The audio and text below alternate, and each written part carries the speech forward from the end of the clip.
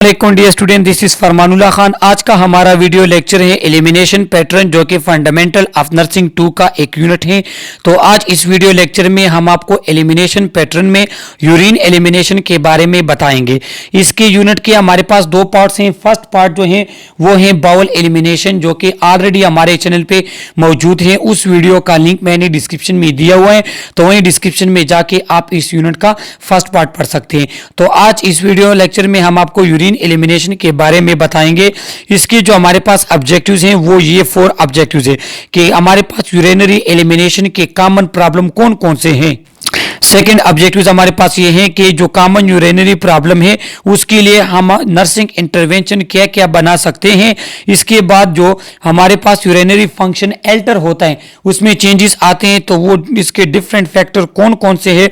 और लास्ट का जो हमारे पास ऑब्जेक्टिव होगा वो ये होगा कि वो पर्सन जिनके एलिमिनेशन पैटर्न अल्टर हैं, जिन्हें एलिमिनेशन यूरिनरी सिस्टम में प्रॉब्लम है, तो ऐसे पर्सन के लिए हम नर्सिंग केयर क्या क्या बना सकते हैं। तो अभी हम पढ़ते हैं यूरिनरी एलिमिनेशन।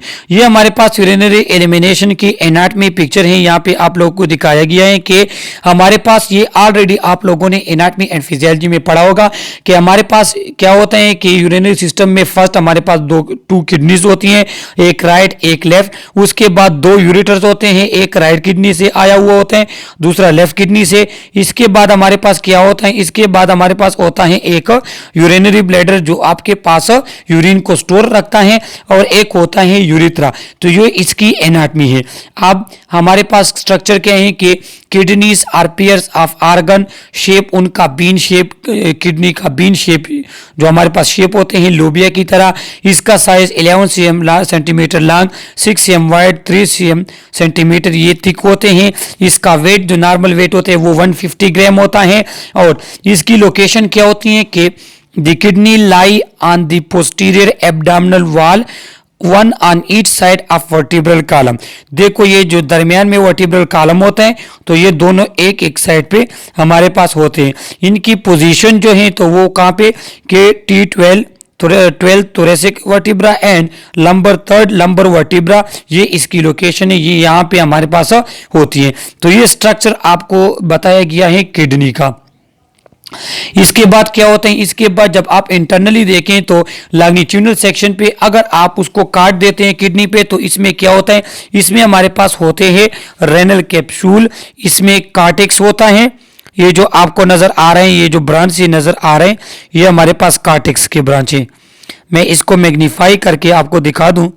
देखो ये हमारे पास जो है ये कार्टेक्स है।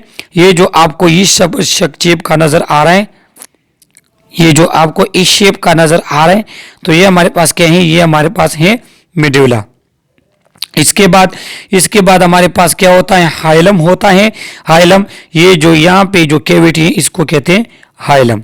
सही है, तो ये हमारे पास इसकी एनाटमी है। इसके बाद क्या है कि urinary system consist of organ that produce and excrete urine from the body. Simple सी बात है कि यूरिन सिस्टम में वो ऑर्गन होते हैं जिसका काम क्या करना है, जिसमें हमारे पास यूरिन बनता भी है और ये हमारे बॉडी से एक्सक्रीट भी होता है। Urine contain waste mostly excess water, salt and nitrogen compound. क्योंकि हमारे पास यूरिन में नाइट्रोजनियस वेस्ट होते हैं, यूरिन फार्म में हमारे पास होते हैं। इसमें हमारे पास एक्सेस जो आपकी बॉडी का एक्सेस वाटर है वो भी होते हैं, और इसी के साथ साथ हमारे पास क्या है कि साल्ट भी होते हैं। प्राइमरी आर्गन या मेन आर्गन जो हमारे पास है वो किडनी होते हैं यूरिनरी सिस्टम के। उसके बाद आप यहाँ पे कि नॉर्मल हमारे पास एडल्ट ब्लैडर जो है वो 0.5 मतलब 500 ml तक जो है आपका क्या है कि आपका ब्लैडर स्टोर कर सकता है यूरिन को at a time. Also responsible for regulating blood volume and blood pressure. जो आपके पास किडनी जो है ये हमारे पास blood volume and blood pressure को कंट्रोल करता है। अब आप सोच रहे होंगे कि ब्लड प्रेशर को किस तरह कंट्रोल करता है, तो जो हमारे पास एंजियोटेंसिन वगैरह जो एंजाइम वगैरह है, तो वो मैकेनिज्म के थ्रू ये बीपी को मेंटेन रखता है, और इस तरह हमारे पास फ्लूइड बैलेंस को जो है उसको भी मेंटेन रखता है। तो ये ऑलरेडी आप लोगों ने एनाटमी एंड फिजियोलॉजी में पढ़ा होगा, लिहाजा यहाँ पे हम इस पर टाइम वेस्ट नहीं करते। और ये आपके इलेक्ट्रोलाइट को भी रेगुलेट करते हैं, क्योंकि यहाँ पे जैसे बताए गए हैं कि साल्ट एट्रूजन एटसेट्रा, तो फिर यहाँ पे हमारे पास किडनी के थ्रू अगर जो आपके एक्सेस इलेक्ट्रोलाइट होते हैं वो किडनी के थ्रू आपके पास खारिज होते हैं। Organ of urinary system. The component of urinary system contain kidney, ureter, urinary bladder and urethra. जैसा कि ऑलरेडी मैंने आपको बता दिया है कि ये हमारे पास क्या है, ये हमारे पास किडनी है, इसके बाद ये हमारे पास यूरेटर है, ये हमारे पास ब्लैडर है और यहाँ पे हमारे पास यूरेथ्रा है। अब आ जाते हैं urine. The formation of urine has 3 processes, filtration, reabsorption and tubular secretion. ये यूरिनरी सिस्टम का यूनिट वीडियो लेक्चर ऑलरेडी हमारे चैनल पे मौजूद है, उसका लिंक भी मैंने डिस्क्रिप्शन में दिया हुआ है, तो वहीं से जाकर आप यूरिनरी सिस्टम के जो ये प्रोसेस है कि पहले हमारे पास फिल्ट्रेशन होते हैं, इसके बाद रीएब्जॉर्प्शन होते हैं, इसके बाद ट्यूबुलर सेक्रीशन होती है, तो ये किस किस तरीके से होती हैं तो ये वहां से आप देख सकते हैं। यहाँ पे लिखा है कि urine consist of 95% water and 5% solid substance. 95% इसमें मैंने जैसे कहा ये हमारे पास फ्लूइड फॉर्म में होते हैं, मैक्सिमम हमारे पास वाटर होते हैं और 5% हमारे पास इसमें क्या होते हैं, सॉलिड सब्सटेंस होते हैं, जो वेस्ट हो गए, जो नाइट्रोजीनियस वेस्ट हमारे पास जो साल्ट वगैरह हो गए। तो ये जितनी भी वैल्यू है इन वैल्यूज को आप एमसीक्यूज के लिए याद रख लें। The need to urinate is usually felt at 300 to 350 ml of urine in the bladder। जैसे कि मैंने आपको बता दिया कि आपकी ब्लैडर की मैक्सिमम क्या है, मैक्सिमम कैपेबिलिटी उसकी है 0.5 लीटर या 500 ml, सही है। तो यहाँ पे कहा गया है कि जब आपके पास यूरिन की मिकदार 300 से लेके 350 ml तक हो जाती है आपके ब्लड में, तब आपको फीलिंग आ जाती है कि हाँ अब मुझे यूरिन करना है, यूरिनेशन की आपको फीलिंग आ जाती है, ज़रूरत पड़ जाती है। और कहते हैं कि टिपिकली आप दिन में 1 लीटर से लेके 1.5 लीटर या 1000 ml से लेके 1500 ml तक आप दिन में जो है यूरिन पास करते हैं। तो ये आप एमसीक्यूज के लिए जो है इन वैल्यूज को याद रख ले। इसके बाद क्या है, यूरिनेशन। यूरिनेशन ये है कि आप यूरिन करते हैं, इस प्रोसेस को कहते हैं यूरिनेशन। इसके लिए बहुत से नाम यूज होते हैं, एक होते हैं मैच्योरेशन, एक वॉइडिंग, एक urination, all refer to the process of emptying the urinary bladder. तमाम का मतलब ये है कि आप जब यूरिन पास करते हो थ्रू यूरेथ्रा, यूरिनरी ब्लैडर को आप एम्प्टी करते हो, तो ये हमारे पास यूरिनेशन में आता है। Stretch receptor special sensory nerve ending in the bladder wall that is stimulated when pressure is felt from the collection of urine। देखो कि जब आपके पास आपके यूरिनरी ब्लैडर में जो है यूरिन जमा हो जाता है, तो फिर आपको यूरिनरी ब्लैडर वो हो जाता है स्ट्रेच। जब यूरिनरी ब्लैडर स्ट्रेच होता है तो नर्व एंडिंग जो आपके यूरिनरी ब्लैडर है उनको मिल जाता है सिग्नल, और वो सिग्नल फिर आपके पास माइंड की तरफ चला जाता है, और फिर आपको जरूरत पड़ जाती है कि हाँ अब मैंने जो है यूरिन पास करना है, मैंने मैच्योरेशन करनी है, वॉइडिंग या यूरिनेशन पास करना है मैंने। Adult 250 to 450 ml of urine, children 50 to 200 ml of urine. और यहाँ पे दिया हुआ है कि आपका जो ब्लैडर कब फुल होता है कि जब आपके पास तकरीबन 250 to 450 ml ऑफ यूरिन जब आपके ब्लैडर में जमा होते हैं, या जो हमारे पास बच्चे के ब्लैडर में 50 से लेके 200 ml तक यूरिन जमा होते हैं, तो फिर आपके पास स्ट्रेच रिसेप्टर जो है वो आपके पास एक्टिवेट हो जाते हैं। अच्छा, ये कुछ कैरेक्टरिस्टिक्स हैं हमारे पास यूरिन की, यहाँ पे थोड़े छोटे छोटे लिखे हुए हैं, तो आप इसको खुद भी पढ़ लें। यहाँ पे कुछ कलर मैं आपको कैरेक्टरिस्टिक्स बता दूं कि जो आपके पास नॉर्मल होगा तो वो pale to darker yellow and clear, या पेल टू डार्कर येलो होगा उसका कलर, या वो हमारे पास जो है उसका क्लियर होगा हमारे पास, और वो क्लियर भी होगा, उसमें कोई भी आपको सॉलिड सब्सटेंस वगैरह नहीं मिलेगी। इसका ऑर्डर जो होते हैं वो एरोमेटिक होते हैं, क्योंकि जैसे मैंने आपको बताया कि ये हमारे पास वेस्ट वगैरह को बाहर लेकर जाता है, तो उसका जो हमारे पास शेप होते हैं वो एरोमेटिक होते हैं, लिहाजा यूरिन का अपना एक ऑर्डर सा होता है कि, लेकिन अगर एक एबनॉर्मल होगा तो फिर इसका ऑर्डर स्वीट होगा क्योंकि इसमें ग्लूकोज होंगे, लेकिन नॉर्मल जो हमारे पास होते हैं उसका एरोमेटिक लायक अपना एक खास ऑर्डर होता है। इसके बाद पीएच जो है हमारे पास यूरिन लिटिल बिट एसिडिक होते हैं, इसका पीएच 6.5 होता है, और इसकी जो स्पेसिफिक ग्रेविटी है वो 1.003 से लेके 1.030 रिफ्लेक्ट अमाउंट ऑफ वेस्ट। और ये ग्रेविटी है ये किस वजह से है कि इसमें हमारे पास वेस्ट वगैरह होते हैं, तो ये ग्रेविटी जो है इसकी जो स्पेसिफिक ग्रेविटी अक्सर हम वाटर के साथ कंपेयर, जो ग्रेविटी को वाटर की ग्रेविटी के साथ जब कंपेयर करते हैं, कुछ इस तरह तरीका है उसका, तो तब हम मालूम करते हैं। और जो इसकी स्पेसिफिक ग्रेविटी जो हमारे पास है, तो ये डिपेंड करती है इसमें वेस्ट वगैरह, अगर वेस्ट वगैरह ज़्यादा होंगे तो फिर स्पेसिफिक ग्रेविटी ज़्यादा होगी, तब आपको पता चलेगा कि आपके पास कोई एबनॉर्मेलिटी है। लेकिन अगर ये एबनॉर्मल हो तो इसका कलर हमारे पास मिल्की भी हो सकते हैं वाइट ब्लड सेल की वजह से, या क्लाउडी भी हो सकता है, या पेल भी हो सकते हैं, सही है। इसका रेडिश ब्राउन भी हो सकता है आरबीसीज की वजह से। इसके बाद हमारे पास जो इसका ऑर्डर है तो वो फिशी भी हो सकते हैं, फ्रूटी, फोल लाइक ऑर्डर, पर्जिंग या कोई और तरीका जो है वो आर्डर जो है वो इसका हो सकते हैं। और ये डिपेंड करता है डिजीज पे, ये डिपेंड करता है आपके जो है न्यूट्रिएंट्स वगैरह फूड पे, जो आपको जो चीज़ लेते हैं, या फ्लूइड्स वगैरह, और ये डिपेंड करता है आप कोई मेडिसिन वगैरह जो लेते हैं। इसके बाद क्या है हमारे पास पैथोलॉजी क्या है कि अगर कोई पर्सन बहुत ज़्यादा पानी पीता है या कोई इन्फेक्शन वगैरह है तो उसको हमारे पास जो है उसके यूरिन के कलर में चेंजेस आ सकते हैं। दूसरा, उसके जो आर्डर में चेंज आते हैं तो वो किस वजह से आ सकते हैं, वो या तो उसे कोई इन्फेक्शन है, स्टेटस है, या कोई क्या है उसे डायबिटीज़ वगैरह है, या यूटीआई इन्फेक्शन उसे कोई है, उस वजह से उसका ऑर्डर भी चेंज हो सकता है। उसके बाद जो इन्फेक्शन की वजह से उसका पीएच वगैरह भी चेंज हो सकता है। और जो उसकी स्पेसिफिक ग्रेविटी है वो किडनी स्टोन या डायबिटीज़ मेलिटस या डायबिटीज इंसिपिडियस वगैरह में जब उसके उस यूरिन में सॉलिड पार्टिकल ज़्यादा हो जाए, उसकी ग्रेविटी इंक्रीज हो सकती है। तो ये आपके पास इसकी पैथोलॉजी है जो इसमें कुछ एबनॉर्मेलिटी आती है। इसके बाद आपके पास यूरिन वगैरह में जो क्या होते हैं कि इसके क्या क्या चीज़ें होती है, कंटेंट कंपोजिशन इसकी क्या है, तो ये आप खुद देख लें। अब हम यहाँ पे पढ़ते हैं, अब हम पढ़ते हैं फैक्टर इफेक्टिंग वॉइडिंग, कि आपके पास वो कौन से फैक्टर हैं जो यूरिनेशन प्रोसेस पे इफेक्ट होते हैं। ग्रोथ एंड डेवलपमेंट भी होता है, क्योंकि छोटे बच्चे जो है वो यूरिन वैसे ही पास कर लेते हैं, यूरिन उसका कम, यूरिन मिकदार उसकी कम होती है। एज के साथ फिर आपके पास क्या है कि यूरिन जो है उसकी मिकदार ज़्यादा भी होती है, करेक्टरिस्टिक्स वगैरह में चेंज आ सकती है। इसके साथ साथ साइको सोशल फैक्टर्स वगैरह, जो आपका लाइफ स्टाइल है, जो आपके माइंड वगैरह, एंजाइटी वगैरह में तो आपने ये, स्ट्रेस वगैरह में तो आपने ये, माइंड पे भी डिपेंड करता है, वो भी इसके उसको इफेक्ट करता है। क्योंकि आप जो स्ट्रेस वगैरह या एंजाइटी या कोई टेंशन वगैरह में आप होते हैं तब आपकी ये जो पैटर्न है ये चेंज होता है। इसके बाद फ्लूइड एंड फूड इनटेक वो भी इसको इफेक्ट करते हैं, जैसे कि ऑलरेडी मैंने आपको बताया कि कलर को भी इफेक्ट कर सकता है।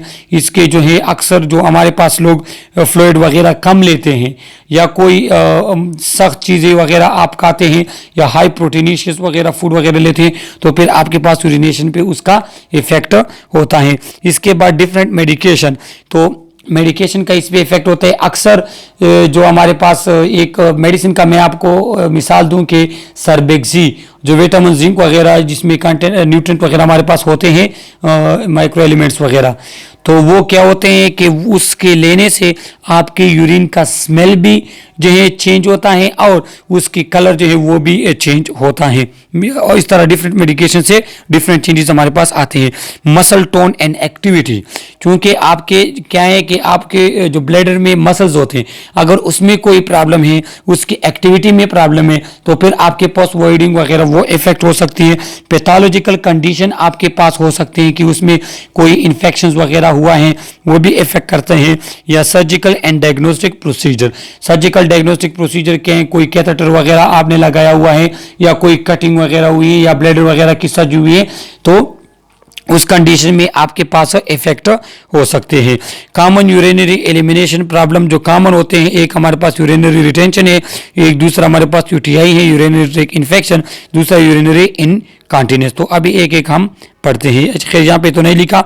यूरिनरी रिटेंशन हमारे पास ये होते हैं कि जब आप यूरिन पास नहीं कर सकते हो, यूरिन आपके ब्लैडर में रिटेन रहता है, तो इसे कहते हैं यूरिनरी रिटेंशन। अब फिर आगे हम पढ़ेंगे कि ये क्यों रहता है और इसके हमारे पास क्या क्या ट्रीटमेंट है। इसके बाद दूसरा हमारे पास यूरिनरी ट्रैक्ट इन्फेक्शन, जो आपका यूरिनरी ट्रैक्ट यूरेटर से लेकर ब्लैडर और यूरेथ्रा वगैरह, अगर इसमें कोई इन्फेक्शन है तो फिर आपके पास ये भी एक यूरिनरी एलिमिनेशन प्रॉब्लम है। और थर्ड जो हमारे पास है वो यूरिनरी इनकॉन्टिनेंस, के अगर एक शख्स का अपनी यूरिन पास पैसेज पे कंट्रोल नहीं होता उसे कहते हैं यूरिनरी इनकॉन्टिनेंस। अब altered urinary elimination, urinary elimination में जो हमारे पास प्रॉब्लम चेंजेस आती हैं वो कौन कौन सी है। फर्स्ट हमारे पास है frequency, frequency is dividing more than normal with a frequent interval, कि जब आप फ्रीक्वेंट इंटरवल के साथ मींस नॉर्मल से ज़्यादा वॉशरूम अटेंड करते हैं तो फिर ये हमारे पास इसकी हाई फ्रीक्वेंसी हो जाए। इसे कहते हैं हाई फ्रीक्वेंसी, के जब नॉर्मल आप 2 या 3 दफ़ा जाते थे वॉशरूम अटेंड करने, अभी आप ज़्यादा जाते हो तो ये भी हमारे पास यूरिनरी एलिमिनेशन की अल्ट्रेशन है। इसके साथ नक्चूरिया, नक्चूरिया is voiding 2 or 3 times at night, कि अगर कोई पर्सन एबनॉर्मली रात को बार बार जाता है पेशाब करने, 2 से 3 टाइम तक जो है नाइट को वो पेशाब करता है, वॉशरूम अटेंड करता है, तो वो नक्चूरिया हमारे पास है। तो एक बात मैं आपको बता दूं कि इस स्लाइड से आपका इंशाल्लाह एक एमसीक्यूज लाजमी आएगा, ये जो आपके जो है डिफिनीशंस है, तो ये आप इसको अच्छे तरीके से सुन ले। इसके बाद है urgency, urgency is feeling of person most wide, urgency ऐसा होते हैं कि हमारे पास ऐसे पर्सन होते हैं कि जब उनको यूरिन की जरूरत पड़ती है, यूरिनेशन जब उनको आती है, वॉइडिंग आती है, फीलिंग आती है, तो वो इंतहाई तेजी के साथ आती है, मीन वो बेचारे कंट्रोल ही नहीं कर सकते, इंतहाई सख्ती पे होते हैं। इसकी अर्जेंसी हमारे पास अक्सर जो है ये इसमें होती है कि जो डायबिटिक पेशेंट वगैरह होते हैं इसमें ये प्रॉब्लम अक्सर होती है।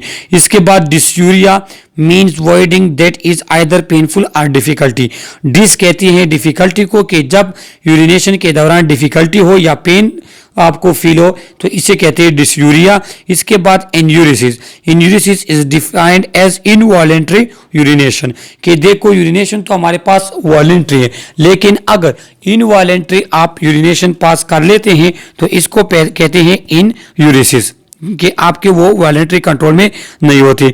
इसके बाद हमारे पास है कि urinary incontinence, involuntary urination symptom not a disease, जो हमारे पास क्या है कि इनकॉन्टिनेंस, जो यूरिनरी इनकॉन्टिनेंस होते हैं वो भी इनवॉलेंट्री यूरिनेशन है, लेकिन उसमें क्या है कि उसमें कोई डिजीज वगैरह की वजह से नहीं होता, ये वैसे आपकी यूरिनरी एलिमिनेशन का प्रॉब्लम है। इसके बाद है यूरिन रिटेंशन, रिटेंशन, तो यूरिन रिटेंशन में ऐसा होते हैं कि accumulation of urine in the bladder and become over distance, कि जब आपके पास आपकी यूरिन ब्लैडर में यूरिन जमा होते हैं लेकिन आप यूरिनेट नहीं कर सकते तो उसे कहते हैं यूरिन रिटेंशन। इसके बाद hypospadias, hypospadias is a birth congenital defect in which the opening of urethra is on under side of the penis, इसमें हमारे पास हाइपोस्पीडियासिस भी होते हैं और एक हाइपरस्पीडियासिस भी होते हैं। देखो कि ये हमारे पास जो है ये हमारे पास अगर यूरेथ्रा है आपका, तो इसमें क्या होते हैं कि इसमें आपका जो यूरिन ओरिफाइस है, जो आपका जो है होल होता है वो यहाँ पे होते हैं, वो नीचे होते हैं, तो फिर आप नॉर्मल यूरिनेट नहीं कर सकते। नॉर्मल जो हमारे पास यूरेथ्रा है तो उसमें यूरिन ओरिफाइस वो फ्रंट में होता है, जो मेल का होता है और फीमेल का भी इस तरह, लेकिन अगर बाई बर्थ कंजेनिटल डिफेक्ट के थ्रू वो या नीचे हैं जिसे हाइपोस्पीडियासिस कहते हैं या ऊपर हैं, तो ये भी आपके पास यूरिनरी एलिमिनेशन जो है उसमें अल्ट्रेशन लेकर आता है। अब हमारे पास जो है हम यूरिनरी फंक्शन को किस तरह एसेस कर सकते हैं कि इस पर्सन का यूरिनरी सिस्टम फंक्शन सही कर रहा है, तो हम क्या करेंगे कि determine normal voiding pattern and frequency, हम उससे पूछेंगे कि आप दिन में कितनी दफ़ा वॉशरूम अटेंड करते हो, कितनी दफ़ा आप यूरिन पास करते हो, सही है, और उसकी फ्रीक्वेंसी क्या है, कितनी दफ़ा, और उसका पैटर्न क्या है, नॉर्मल है या एबनॉर्मल। दूसरा आपका यूरिन का अपीयरेंस क्या होता है, उसमें कोई कंटेंट वगैरह कोई चीज़ तो होती नहीं है, या उसका कलर डार्क वगैरह तो नहीं होता। इसके बाद उसमें जो कोई चेंजेस क्या क्या आती हैं, उसके कलर में चेंज आता है, उसमें कोई सॉलिड चीज़ें वगैरह होती हैं या नहीं होती, जो सॉलिड पार्टिकल्स वगैरह होते हैं। उसके बाद आपको पेन वगैरह होता है या नहीं होता। इसके बाद क्या है कि पास्ट और current problem with urination like burning, urgency etcetera, के हम उससे पास हिस्ट्री भी पूछते हैं कि पहले तो आपको यूरिनरी सिस्टम में कोई प्रॉब्लम नहीं थी, आप जब यूरिन पास करते थे या अभी करते हो तो इसमें आपको बर्निंग होती है, पेन होता है, नहीं होता।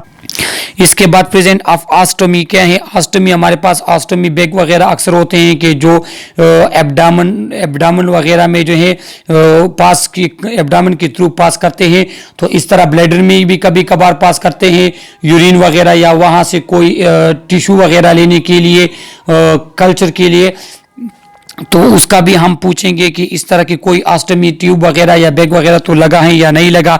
इसके बाद फैक्टर इन्फ्लुएंसिंग एलिमिनेशन पैटर्न, और वो तमाम फैक्टर जो आपके एलिमिनेशन पैटर्न को अफेक्ट करते हैं, डिफरेंट फैक्टर, साइकोलॉजिकल भी फैक्टर, सोशल फैक्टर, इस तरह प्राइवेसी वगैरह जितनी भी चीज़ें, इसका हम पूछेंगे उससे। उसके बाद हम असेसमेंट करेंगे कि वो नर्सिंग हिस्ट्री लेंगे कि वॉइडिंग पैटर्न क्या है, description of urine for any changes, कि कोई चेंजेस वगैरह अगर उसके यूरिन के कलर उसके ऑर्डर वगैरह में है तो वो भी हम नोट आउट करेंगे। उसके बाद यूरिनरी एलिमिनेशन प्रॉब्लम जो उसको हो रही है, बर्निंग होती है, पेन होता है, पस वगैरह आता है नहीं आता, वो भी हम इसके साथ लिखेंगे। प्रेजेंस ऑफ यूरिनरी डाइवर्शन, कि उसका जो यूरिनरी सिस्टम जो उसमें जो चेंजेस आए हैं, जो डाइवर्जन वगैरह हुए हैं, उसका भी हम पूछेंगे। फिजिकल असेसमेंट में हम इंस्पेक्शन भी कर सकते हैं कि देख ले रेडनेस है, इन्फ्लेमेशन है नहीं है। इसके बाद पल्पेट भी कर सकते हैं कि उसका ब्लैडर जो है वो टाइट है, सॉफ्ट है नहीं है। इसके बाद परकशन के थ्रू भी कि अगर कोई सॉलिड वगैरह चीज़ होगी किडनी वगैरह में या यूरेटर वगैरह में कहीं पे स्टोन वगैरह होते हैं तो उसका भी पता चल सकते हैं, और अस्कल्टेशन के थ्रू भी हम चेक कर सकते हैं। इसके बाद जो यूरिन होगा तो उसकी असेसमेंट कैसे होगी कि हम उसका कलर देखेंगे कि उसका कलर ट्रांसपेरेंट होना चाहिए।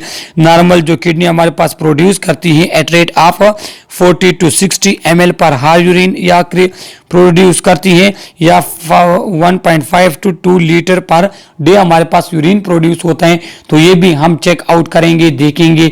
अक्सर जो पेशेंट को कैथेटर लगा होता है तो वो यूरिनरी जो बैग होता है, यूरिन बैग जो होता है तो उसके थ्रू हम चेक करते हैं कि इसका डेली कितना यूरिन है। इसके बाद स्टेरिलिटी हम देखेंगे कि उसमें कोई माइक्रो ऑर्गेनिज्म है या नहीं है, ग्लूकोज प्रेजेंट है या नहीं है, उसमें कोई ब्लड हमारे पास है या नहीं है। इसके साथ एपिथेलियल सेल नॉट प्रेजेंट, कोई एपिथेलियल सेल वगैरह तो प्रेजेंट नहीं है, ये भी हम देखेंगे यूरिन को देखकर। यूरिन आउटपुट हम चेक करेंगे कि यूरिन आउटपुट उसका नॉर्मल है या नहीं है। इसके साथ अच्छा, यूरिन आउटपुट हम किस तरह चेक करते हैं कि अगर नॉर्मल पर्सन है तो उसको फिर हम एक बोतल वगैरह सा दे लेते हैं जिसमें मायर लिखे हुए होते हैं, स्केल लगा हुआ होते हैं, तो हम उसे कहते हैं फिर आपने हमें बताना है कि आप दिन में कितना जो है यूरिन पास करते हैं। या अगर किसी को कैथेटर लगा हुआ है होते हैं तो उसमें जो यूरिन बैग होते हैं तो यूरिन बैग पे भी हमारे पास इस तरह के स्केल लगे होते हैं, तो वहाँ से भी हम चेक कर सकते हैं। इसके बाद कलेक्टिंग यूरिन स्पेसिमेन, और फिर हम यूरिन आर जो अक्सर करते हैं, यूरिन आप सैंपल लेंगे उसको भी आप लैब में चेक करेंगे। नर्सिंग डायग्नोस हमारे पास क्या बनेगी कि alter urinary elimination related to bladder neck obstruction के यूरिनरी एलिमिनेशन जो है वो हमारे पास अल्टर हैं, जिसके डिफरेंट रीजन हो सकते हैं कि उसका जो ब्लैडर का नेक है, जो यूरेथ्रा है वगैरह वो ब्लॉक हुआ है, उसमें कोई ऑब्स्ट्रक्शन है, कोई पस वगैरह है उसमें। उसके बाद stress incontinence related to relaxation of sphincter, के उसमें क्या है कि स्ट्रेस के दौरान क्या हो जाता है कि वो यूरिन उसका खुद ब खुद निकल जाते हैं, पास हो जाता है। रीजन क्या है कि उसके स्फिंक्टर जो है उसकी रिलैक्सेशन हो जाती है।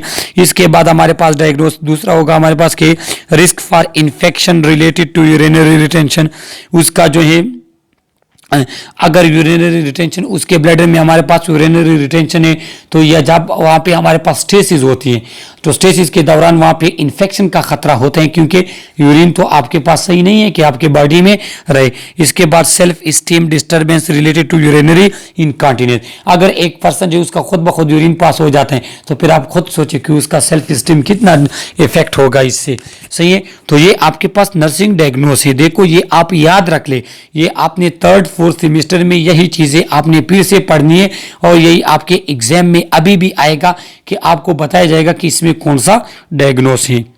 इसके बाद हम प्लानिंग करेंगे कि ये जो इनको जो यूरिनरी सिस्टम रिलेटेड प्रॉब्लम है इसको किस तरह कम किया जाए। तो फिर क्या होगा कि मेंटेन नॉर्मल वॉइडिंग पैटर्न, जो वॉइडिंग पैटर्न है उसको हमने नॉर्मल रखना है। इसके साथ रिगेन नॉर्मल यूरिन आउटपुट, कि अगर यूरिन आउटपुट कम है तो फिर हमने कोशिश करनी है कि उसका यूरिन आउटपुट हम नॉर्मल तक लेकर। इसके बाद इन्फेक्शन को हमने प्रिवेंट करना है, हमने उसको हाइजीन वगैरह का कहना है कि आप वाटर वगैरह ज़्यादा यूज़ करें, हाइजीन वगैरह का ख्याल रखें, यूरिन रिटेंशन को जो है उसको ख़त्म करना होगा कि वो पर्सन जिनका यूरिन रिटेन रहता है तो हम उसका फिर कैथेटर पास करते हैं, फिर कैथेटर के थ्रू जो है हमारे पास वो यूरिन पास करता है। और इंशाल्लाह यूरिन कैथेटर किस तरह हमने पास करना है इसके बारे में हमारी बहुत जल्द हमारे चैनल पे वीडियो आ जाएगी, तो वहीं से आप फिर देख सकेंगे। इसके बाद maintaining normal urinary elimination, promote fluid intake हम प्रोमोट करेंगे। टॉयलेट हम उसका एसिस करेंगे कि आप कितने टाइम आप वॉशरूम जाते हो, सही है। इसके बाद हमने क्या करना है कि यूरिनरी ट्रैक इन्फेक्शन को हमने किस तरह प्रिवेंट करना है, इन तरीकों से हम प्रिवेंट कर सकते हैं कि फ्लूइड इनटेक हमारा ज़्यादा होगा तो यूरिन ज़्यादा अब आएगा और फिर हमारे पास स्टेसिस नहीं होगी। इसके बाद प्रैक्टिस फ्रीक्वेंट वॉइडिंग प्रोसेस के ज़्यादा से ज़्यादा आप वॉशरूम अटेंड करें, ये भी हम पेशेंट को कहेंगे। इसके साथ स्ट्रेंथन पेल्विक फ्लोर मसल, जो हमारे पास pelvic floor muscle pelvic region के जो मसल है उसके डिफरेंट एक्सरसाइज होते हैं, डिफरेंट नेम से इसके एक्सरसाइज आते हैं, तो वो एक्सरसाइज आपने करने हैं, वो आपने पेल्विक मसल्स को स्ट्रांग बनाना है।